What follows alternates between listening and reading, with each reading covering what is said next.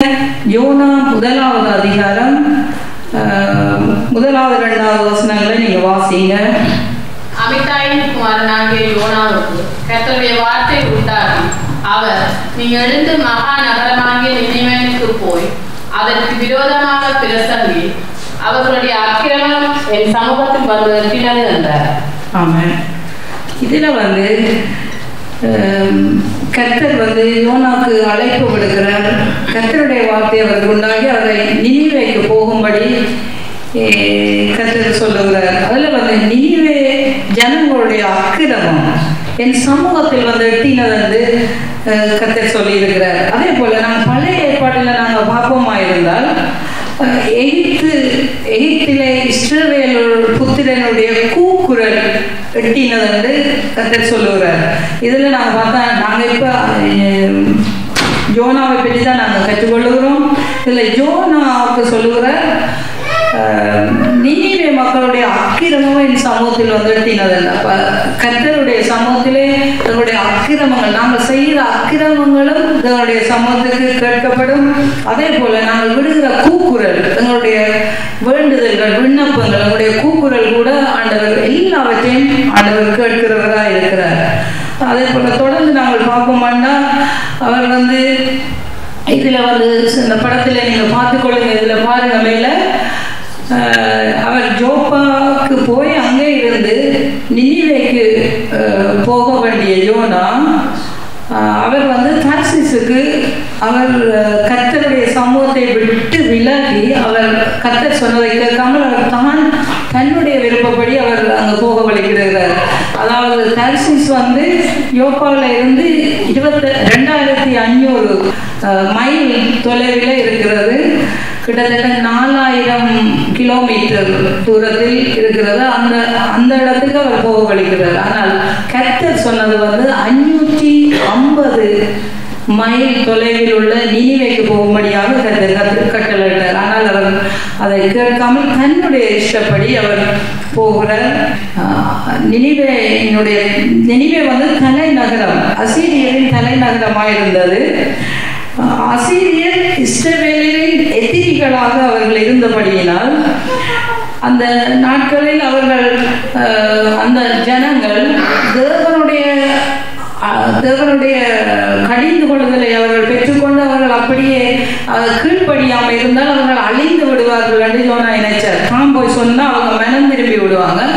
மனம் திரும்பினா அந்த ஜனங்கள் காப்பாற்றப்பட்டு விடுவாங்க. அவங்க காப்பாற்றப்பட்டு விட்டால் அது எங்களுடைய ஜனங்களுக்கு, இஸ்ரவேல் ஜனங்களுக்கு அது இடர்களாக இருக்கும். எங்களுடைய எதிரிகள் பலத்து அவர்கள் காப்பாற்றப்பட்டுட்டால் அது எங்களுடைய இஸ்ரவேல் ஜனங்களுக்கு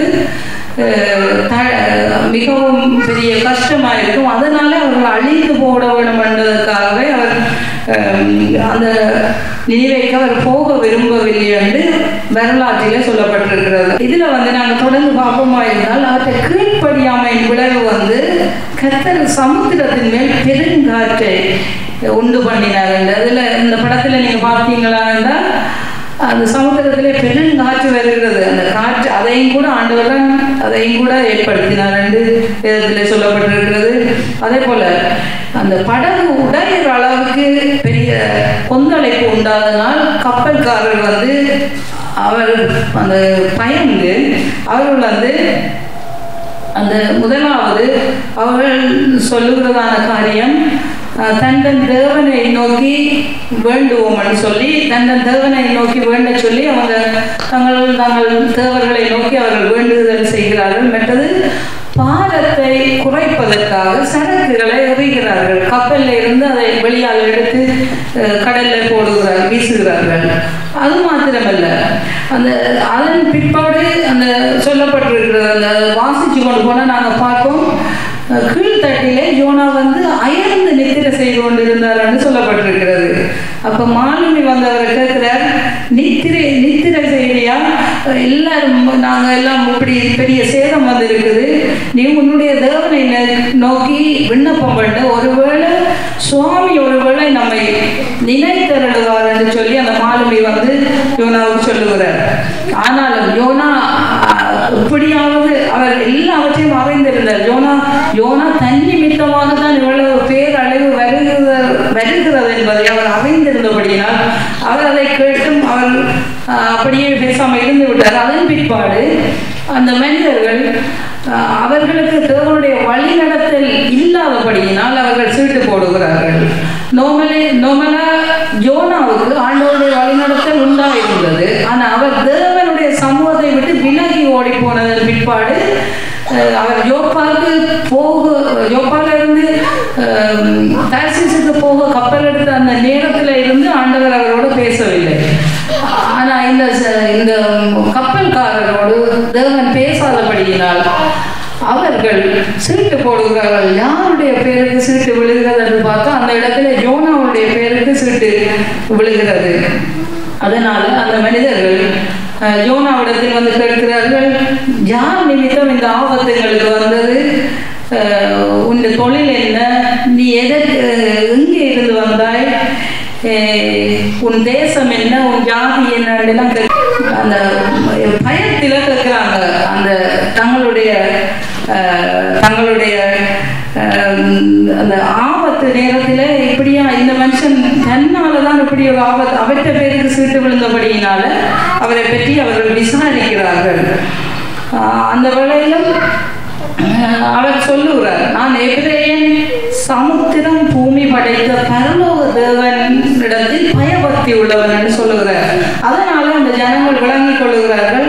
பயபக்தி உள்ளவர் என்று சொன்னால் உண்மையாகவே அந்த மனுஷன் கடவுளுக்கு பயந்த மனுஷன் என்று சொல்லி அவர் மேலே அவங்களுக்கு ஒரு பரிதாபம் உண்டாகுது. அதனால அவங்க போய் அவர்கிட்ட கேட்கிறாங்க, இந்த சமுத்திரம் அமர்வதற்கு நாங்கள் உனக்கு என்ன செய்ய வேண்டும் என்று யோனாவிடத்தில் அந்த கப்பல்காரர் மாலுமிகள் கேட்கிறார்கள்.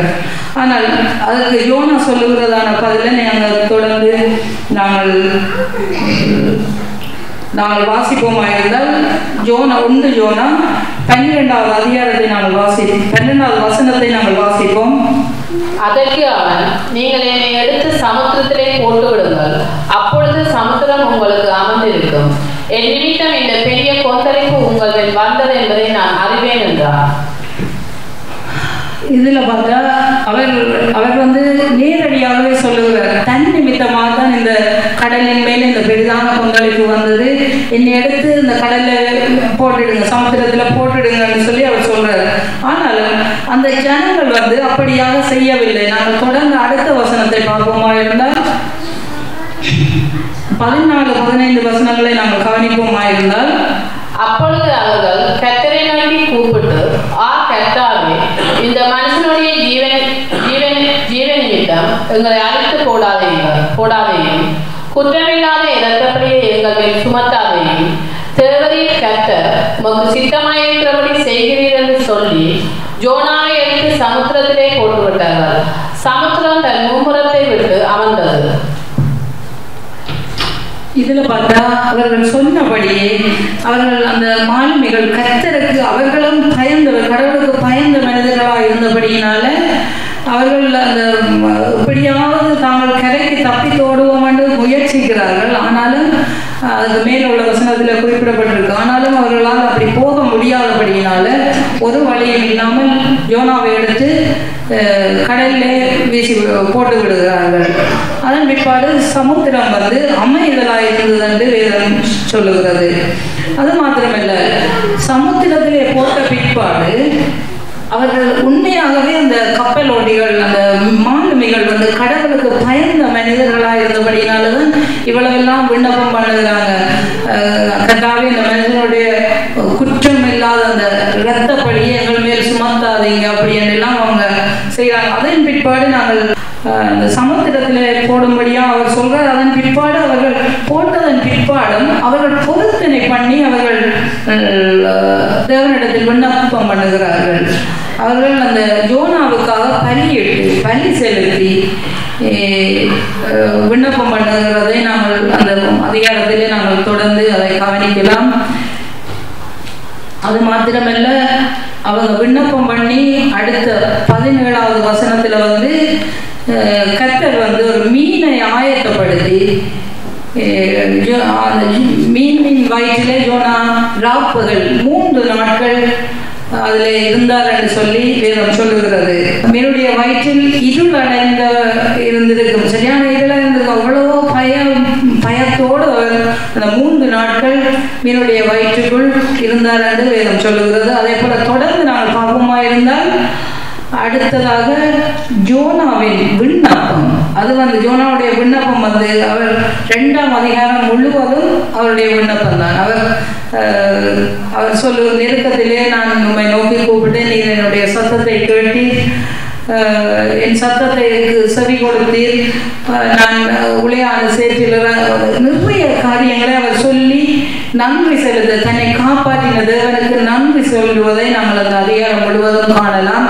யோனா 2ஆவது அதிகாரம் 9வது வசனத்தை நாங்கள் கவனிப்போமா இருந்தால், நானோவே துதியின் சத்தத்தோட உமக்கு பலியிடுவேன், நான் பண்ணின பொருத்தனையை செலுத்துவேன், ரட்சிப்பு கர்த்தருடையது என்றார். ஆமென்.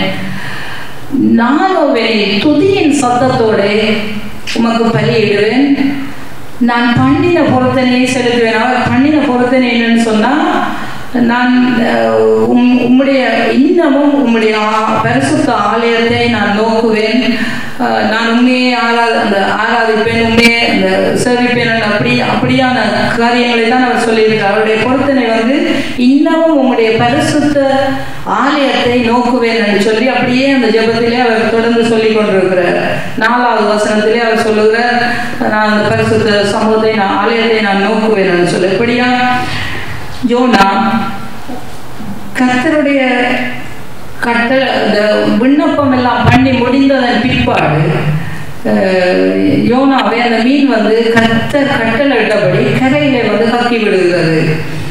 அப்ப 3 நாட்கள் முடிந்து கரையில மீன் கக்கின உடனே அவர் திருப்பியும் அவரோடு ஆண்டவர் பேசுகிறார். திருப்பவும் அவர் பழைய நிலைமைக்கு ஆண்டவர் சொல்லுவதை கேட்கிறதான அந்த குரலை கேட்கத்தக்கதான ஒரு நிலைக்கு அவர் கொண்டு வரப்படுகிறார். இதுல மாபெரும் எழுப்புதல் உண்டாகிறது என்று நாங்கள் பார்க்கிறோம். 3வது அதிகாரத்திலே மாபெரும் எழுப்புதல் அந்த ஜனங்கள் மத்தியில உண்டாகிறது. 1வது அதிகாரம் 1-2 வசனங்களை நாங்கள் கவனிப்போமா இருந்தால், 2ஆம் தரம் கர்த்தருடைய வார்த்தை யோனாவுக்கு உண்டாகி, அவர் நீ எழுந்து மகா நகரமாகிய நினிவேவுக்கு போய் நான் உனக்கு கற்பிக்கும் வார்த்தையை அதற்கு விரோதமாய் பிரசங்கி என்றார்.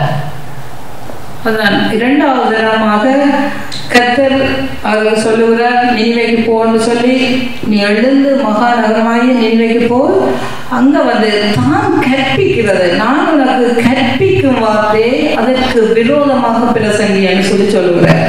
அதனால கர்த்தருடைய சித்தத்தின்படி, அதாவது யோனா உண்மையாகவே ஒரு ஆண்டவருடைய சொல்லை மட்டும் கேட்டு அதன்படி நடக்கிற மனுஷன் தான். ஆனால் இந்த காரியத்தில் அவர் அது கீழ்ப்படியாமல் போனது வரை. ஆனால் ஆண்டவர் சொல்லுவார், நான் உனக்கு கற்பிக்கும் வார்த்தையை அதற்கு விரோதமாக பிரசங்கி என்று சொல்றார். அதை கேட்டு அவர் அதுக்கு கீழ்ப்படிந்து அவர் போகிறார். ஆனால் நாங்கள் தொடர்ந்து அந்த 3வது அதிகாரத்தில் நாங்கள் வாசிப்போமா இருந்தால்,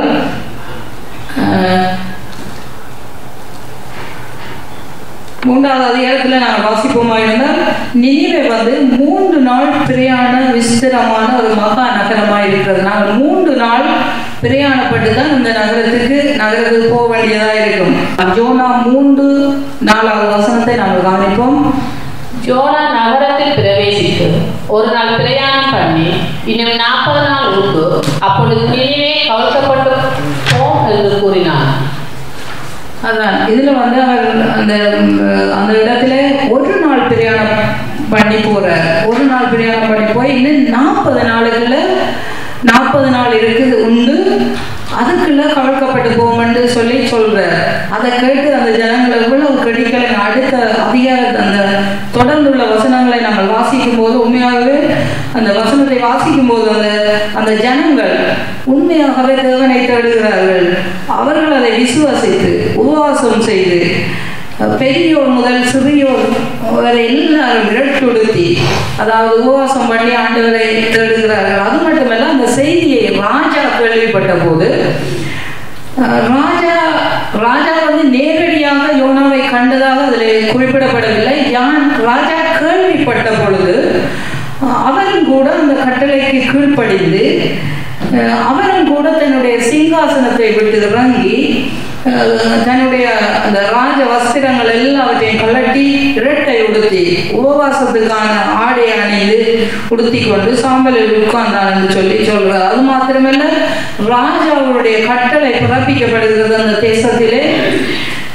எந்த மனுஷனும் மிருகங்களும் மாடுகள் ஆடுகள் எதுவும் ருசி பார்க்கக்கூடாது, மேயக்கூடாது, தண்ணீர் குடிக்காமலும் மேயாமலும் இருக்க வேண்டும் என்று சொல்லி கட்டளை பிறப்பிக்கப்படுகிறது. அதனால அந்த தேசத்தின் மிருகங்கள் கூட உபவாசிக்கிறதாக நாங்கள் காணுகிறோம். அவ்வளவு வல்லமையான ஒரு ஊழியக்காரன்.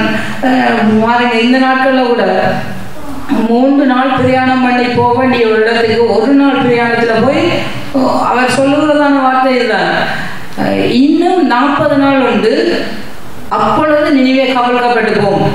அது மட்டும்தான் சொல்றாரு.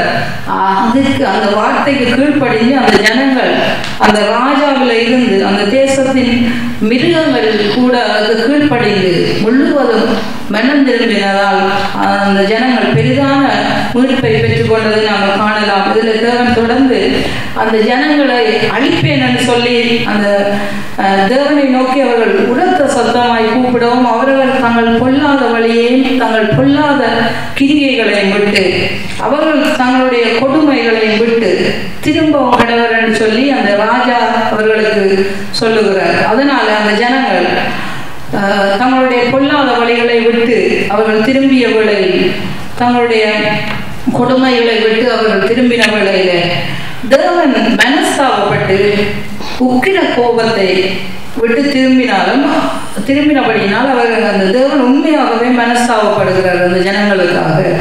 அவர் ஏற்கனவே அழிப்பேன்னு சொல்லிட்டார். ஆனாலும் அந்த ஜனங்கள் மேல் பரிதாபப்பட்டு உண்மையாக அவர்கள் மனம் திரும்பினதை அந்த தேவன் கண்டு பொல்லாத வழியை விட்டு திரும்பினார்கள். அவருடைய கிரியைகளை தேவன் பார்த்து அவர்கள் மேல் செய்வேன் என்று சொன்ன அந்த தீங்கை செய்யாது மனஸ்தாபப்பட்டு அதை செய்யாது இருக்கிறார் என்று வேதம் சொல்லுகிறது. அப்ப நாங்க தீர்க்கதரிசிகளோ அல்லது தேவ ஊழியர்களோ தேவ மனிதர்களுக்கோ அல்லது தேவனுடைய பிள்ளைகளுக்கோ ஒரு வெளிப்பாடு வரும்போது அழிவை குறித்ததான வெளிப்பாடு மற்றவர்களை குறித்து அல்லது சபையை குறித்து ஏதாவது ஆரை குறித்தாவது எங்களுக்கு வெளிப்பாடு ஒரு அழிவை குறித்ததான வெளிப்பாடு வருமா இருந்தால் நாங்கள் அவர்களுக்கு திட்டமா போய் நீ அழிஞ்சு போற அப்படின்னு நாங்கள் சொல்லக்கூடாது. உண்மையாகவே ஒரு தீர்க்கதரிசி ஆண்டவருடைய சமூகத்திலே இருந்து அவர்களுக்காக முதல்ல நாங்கள் ஜெபித்திருக்க வேண்டும். அதே போல ஒவ்வொரு ஊழியக்காரர்களும் ஒவ்வொரு தேவ பிள்ளைகளும் எங்களுக்கு மற்றவர்களை குறித்ததான வெளிப்பாடு அல்லது ஒரு தீமையான ஒரு காரியம் நடக்க போவதென்று அறிவிக்கும் போது அதற்காக நாங்கள் ஜெபிக்க வேண்டியவர்களாக இருக்கிறோம். இதுல அந்த ஜோனா சொன்ன ஒரு வார்த்தையிலே அந்த ஜனங்கள் மனம் திரும்புகிறார்கள். அவர்கள் மனம் திரும்பினதனால் அழிவிலிருந்து காப்பாற்றப்படுகிறார்கள். எனவே நாங்களும் எங்களால் முடிந்த அளவு நாங்கள் சொல்லுவோம். அவங்க கேட்கறது கேட்காதது அவங்கள பொறுத்ததான். நாங்கள் தேவனுடைய ஜீவ வழியை நாங்கள் சொல்ல நாங்கள் கடமைப்பட்டிருக்கிறோம். அழிவிலே இருந்து ஜனங்களை தப்புவிக்க வேண்டியது கர்த்தர்களுக்கு தந்த பொறுப்பாக இருக்கிறது. அதனால நாங்கள் அதை செய்ய வேண்டும்.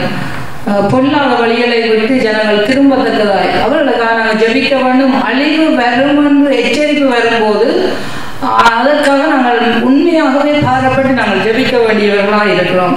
ஆனால் ஜோனா இந்த இடத்துல அவர்களுக்காக ஜெபிக்கவில்லை. கர்த்தர் அந்த ஜனங்களுக்கு இறங்கினார். அவர் சொன்ன ஒரு வார்த்தையை கேட்டு அவர் போய் அந்த இடத்துல பிரசங்கம் பண்ணினார். அந்த பிரசங்கத்தை கேட்டு அந்த ஜனங்கள் மனம் திரும்பினபடியினால் அவர்கள் மீட்கப்பட்டார்கள். அவர்கள் அழிவில் இருந்து தேவன் அழிப்பேன் என்று சொல்லியும் அவர்களை அழிக்காமல் இரக்கமாய் அவர்களை விட்டு விட்டார். அதில் ஜோனா ஏன் எரிச்சல் படுறாருன்னு சொன்னா அவர் தான் போகமாட்டேன்னு சொல்லியும் தேவன் நினைக்கியும் அந்த ஜனங்களை காப்பாற்றியது அவருக்கு பெரிதான ஒரு எரிச்சல். அந்த ஜனங்கள் காப்பாற்றப்பட்டது அவருக்கு ஒரு விருப்பமான காரியம் இல்லை. அவருக்கு அது மிகவும் விசனமான காரியமா இருக்கிறது. அது முதலாவது அதிகாரம், அந்த 4வது அதிகாரம் 1வது வசனத்தை நாங்கள் கவனிப்போமா இருந்தால், 1வது வசனத்தை நாங்கள் கவனிப்போமா இருந்தால் அது விசனமும் கடும் கோபமாய் அவருக்கு இருந்தது. அந்த ஜனங்களுக்கு ஆக தேவன் இறங்கினது நினிவே ஜனங்களுக்காக தேவன் கர்த்தர் இறங்கினது யோனாவுக்கு விசனமாகவும் கடும் கோபமாகவும் இருந்தது என்று வேதம் சொல்லுகிறது. அதே போல நாங்கள் யோனா 4ஆம் அதிகாரம் 2வது வசனத்தை நாங்கள் கவனிப்போமா இருந்தால், கர்த்தரை நோக்கி விண்ணப்பம் பண்ணி, கர்த்தாவே, நான் என் தேசத்தில் இருக்கும் போதே நான் இதை சொல்லவில்லையா? நான் என் தேசத்தில் இருக்கும் போதே நான் இதை சொல்லவில்லையா? இதன் நிமித்தமே நான் முன்னமே தர்சீசுக்கு ஓடி போனேன். இதன் நிமித்தமே நான் முன்னமே தர்சீசுக்கு ஓடி போனேன். எதன் நிமித்தம்? இவர் அழிக்க மாட்டார் அவருக்கு தெரியும். ஏன்னா அவர் முதல்ல சொல்றார், நீ இரக்கமும் கிருபையும் தயவும் உள்ள தேவன், நீ தீங்குக்கு மனஸ்தாபப்படுகிறார் என்பதை எல்லாம் நான் அறிந்திருக்கிறேன், அதனாலதான் நான் அதை செய்யலை என்று அவர் சொல்றார். அதனால அந்த இதுல தொடர்ந்து நாங்கள் வாசிப்போமா இருந்தா, நீ இரக்கமும் மன உருக்கமும் நீடிய சாந்தமும் மிகுந்த கிருபையும் உள்ளவர், தீங்குக்கு மனஸ்தாபப்படுகிறவருமான தேவன் என்று அறிவேன். ஆமென். இதுல பாருங்க, இதுல அந்த கர்த்தர் ஏன் அவருக்கு எரிச்சல் வந்தான்னு சொன்னா, அந்த ஜனங்கள் அழிக்காமல் காப்பாற்றப்பட்டுட்டாங்க.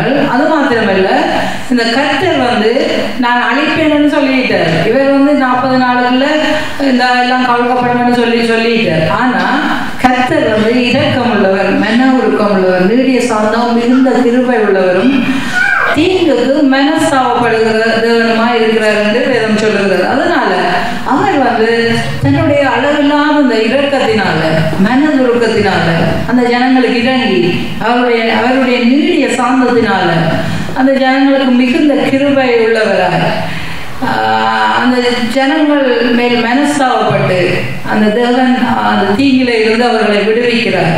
அது இந்த யோனாவுக்கு மிகவும் எரிச்சலாக இருக்கிறது. ஏன்னு சொன்னா, அவங்க இவ்வளவெல்லாம் அக்கிரமம் செய்து போட்டு அவங்க காப்பாற்றப்படுறாங்கன்றது இவருக்கு விருப்பம் இல்லை. ஆனால் நாங்கள் உண்மையாகவே ரசிக்கப்பட்டிருக்கிறோம், ஆண்டவருடைய பிள்ளைகளாக இருக்கிறோம், எங்களுக்கு மனிதர்கள் நன்மை செய்தாங்க, தீமை செய்தாங்க, அவர்களை ஆசீர்வதிக்க வேண்டியது எங்களுடைய பொறுப்பாக இருக்கிறது. கர்த்தர் எப்படியாக தனக்கு துரோகம் செய்தவர்கள், தீமை செய்தவர்களை மன்னித்தார், அதே போல நாங்களும் உங்களுக்கு தீமை செய்கிறவர்களை மன்னித்து, ஆண்டவருடைய சமூகத்தில் மன்னித்து அவர்களை ஆசீர்வதித்து விட்டு நாங்கள் இருக்க வேண்டியவர்களாக இருக்கிறோம். ஆனால் யோனாவுக்கு இது விருப்பம் இல்லை. அவங்க தீமை செய்தவங்க அழிய வேணும்னே அவர் விரும்புகிறதான காரியம் தான் இங்கே இருக்கிறது. அது மாத்திரமல்ல, அதில் அவர் அந்த பொல்லாத ஜனங்கள் அதற்கான பலனை பெற்றுக்கொள்ள வேண்டும். அது மாத்திரமல்ல, அவர் சொன்ன தீர்க்க தரிசனம் நிறைவேறாது போனால், அவர் உண்மையாக நம்மளா ஒரு தீர்க்கதரிசனங்களை சொல்லும் போது அந்த தீர்க்கதரிசனங்கள் நடைபெறாது போனால், அந்த தீர்க்கதரிசியை கள்ள தீர்க்கதரிசனம் உரைக்கிறவர் என்று சொல்லி அவர் கள்ள தீர்க்கதரிசி ஆகிவிடுவார் அல்ல. அதனால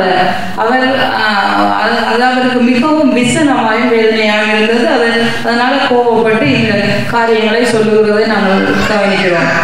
அது மாத்திரமல்ல, நாங்கள் ஒரு நாளும் அந்த மாதிரியான காரியங்களை செய்யக்கூடாது. எவ்வளவு துன்மார்க்கமான மனிதர்களாக இருந்தாலும் அவர்களை மன்னித்து அவர்களை ஆசீர்வதித்து ஜெபிக்கிறவர்களாக நாங்கள் இருக்க வேண்டும். அதன் பிற்பாடு அவர் ஜோனா சரியான கடும் கோபத்தில் அவர் சொல்றதான காரியம், தான் உயிரோடு இருப்பதை பார்த்திலும் உயிரோடு சாகுறது நிலம் என்று சொல்றாரு. அதுக்காக கர்த்தர் அவர் கேட்கிறார், நீ எரிச்சலா இருக்கிறது நல்லதோ அப்படின்னு சொல்லி கர்த்தர் கேட்கிறார். அதுக்கு அவர் என்ன சொல்றாரு, அவர் எரிச்சலா தான் இருக்கிறார். என்னடா, ஏற்கனவே அந்த ஜனங்களை அழிச்சது மட்டும் இல்லை, தொடர்ந்து இன்னொரு காரியம் சொல்லுகிறேன். அதுல அதன் பிற்பாடு அந்த நகரத்துக்கு சுவிசேஷம் அறிவிச்சுட்டு அந்த நகரத்துக்கு நடக்க போற சம்பவத்தை பார்க்கிறதுக்கு யோனா நகரத்திலிருந்து புறப்பட்டு கிழக்கே போய் ஒரு குடிசை போட்டு நகர சமாளிப்பதை பார்க்கிறதற்காக அவர் அந்த இடத்திலே அவர் உட்கார்ந்து அந்த குடிசையிலே அவர் இருக்கிறார். அந்த வேளையில் நிழலில் அவர் இருக்கும்போது கர்த்தர் அவருக்கு இன்னுமாக நிழல் உண்டு பண்ணும்படியாக ஒரு ஆமணக்கு செடியை முளைக்க பண்ணுகிறார்.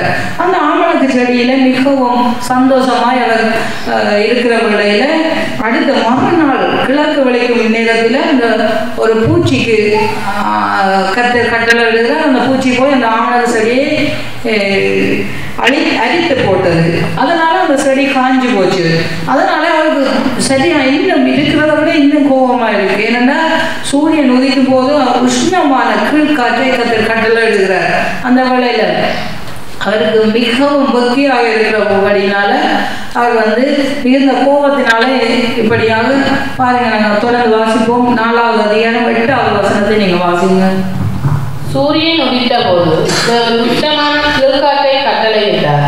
அப்பொழுது வெயில் யோனாவுடைய தலையில் படுகிறதினால் அவர் சோர்ந்து போய் தனக்குள்ளே சாவை விழுந்தி, நான் உயிரோடு இருக்கிறதை பார்க்கிலும் சாகுவது நலமாயிருக்கும் என்றார். இதுலையும் பாருங்க, 2வது தடவையாக சாவை விரும்புகிறார். அவர் தான் உயிரோட இருக்கிறத பார்க்கல, நான் சாகுறது நிலம் என்று சொல்லி அந்த வெயில்னால சோர்ந்து போய் அந்த சோர்விலே அந்த தேவனோடு அவர் பேசுகிறதான இந்த காரியத்தை நாங்கள் காணிக்கக்கூடியதாக இருக்கிறது. அதற்கு கர்த்தர் சொல்லுகிறதான அந்த காரியத்தை நீங்க பாருங்க. 4வது அதிகாரம் 10வது 11வது வசனங்களை நாங்கள் கவனிப்போமா இருந்தால், அதற்கு கர்த்தர், நீ பிரயாசப்படாததும் நீ வளர்க்காததும் நீ ராத்திரியிலே முளைத்ததும் ஒரு ராத்திரியிலே அழித்து போனதுமான ஆமணக்குக்காய் பரிதவிக்கிறாயே.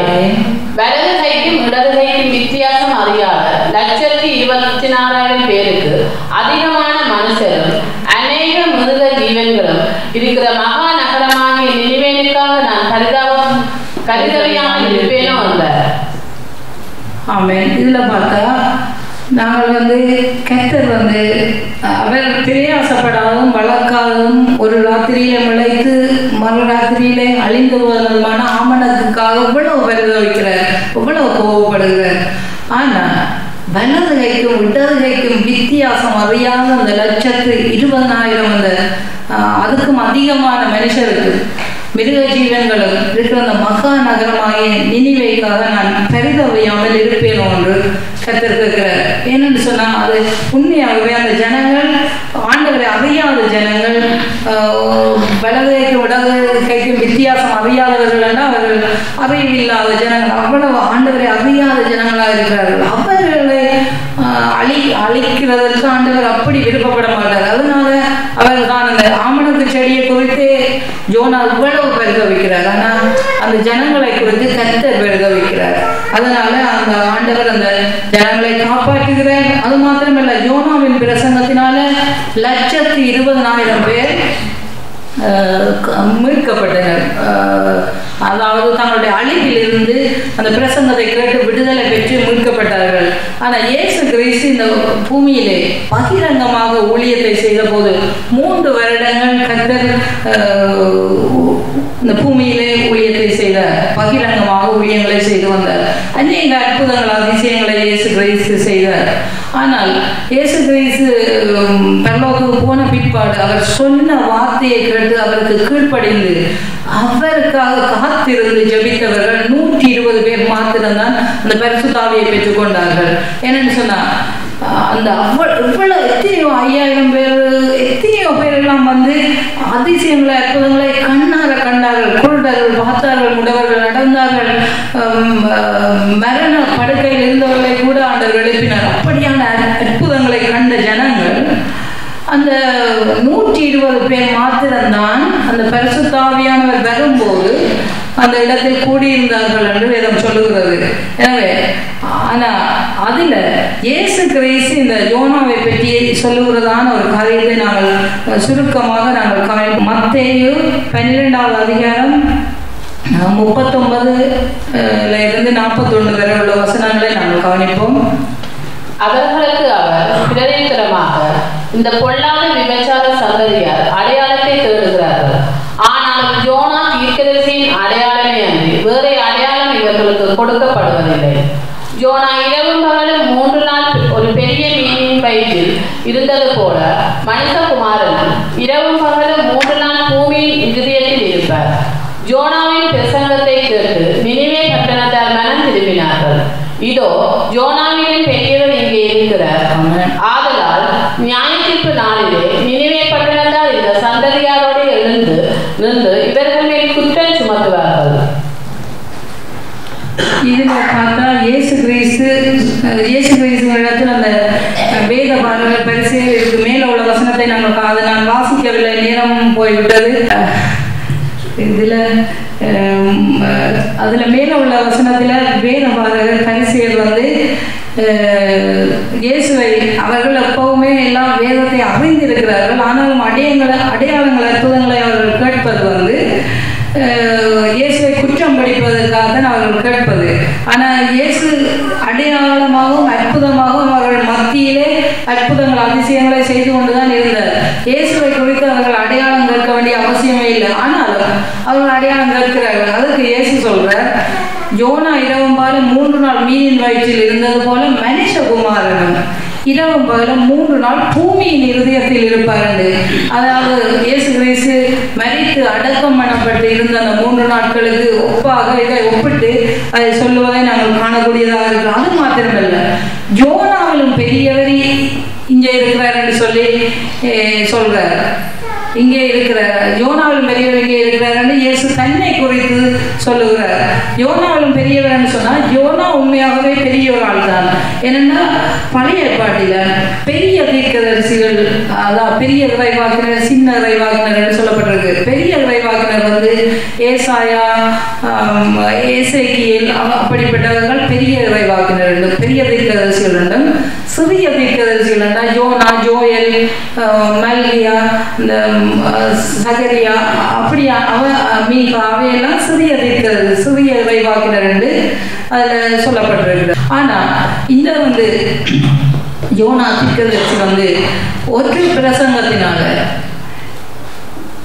120,000 பேர் அந்த கிராமம், அந்த பட்டணமே மனம் திரும்பி, ராஜாவில இருந்து எல்லாரும் மனம் திரும்பி அவர்கள் பாதுகாக்கப்பட்டதை நாங்கள் காணக்கூடியதாக இருக்கிறது. எனவே அப்படியான அவர் சிறிய தீர்க்கதரிசி என்று வேதத்தில் குறிப்பிட்டாலும் அவர் சிறியவராக நாங்கள் நினைக்க முடியாது. அந்த பட்டணமே, அந்த கிராமமே மனம் திரும்புகிற அளவுக்கு அவர் பெரிய ஒரு தீர்க்கதரிசி தான். ஆனால் அவரை குறித்து இயேசு கிறிஸ்து சொன்னதே பெரிய காரியம். அவரையும் விட யோனாவிலும் விட அவர் பெரியவராக இருக்கிறார் இயேசு கிறிஸ்து. எனவே இயேசு கிறிஸ்து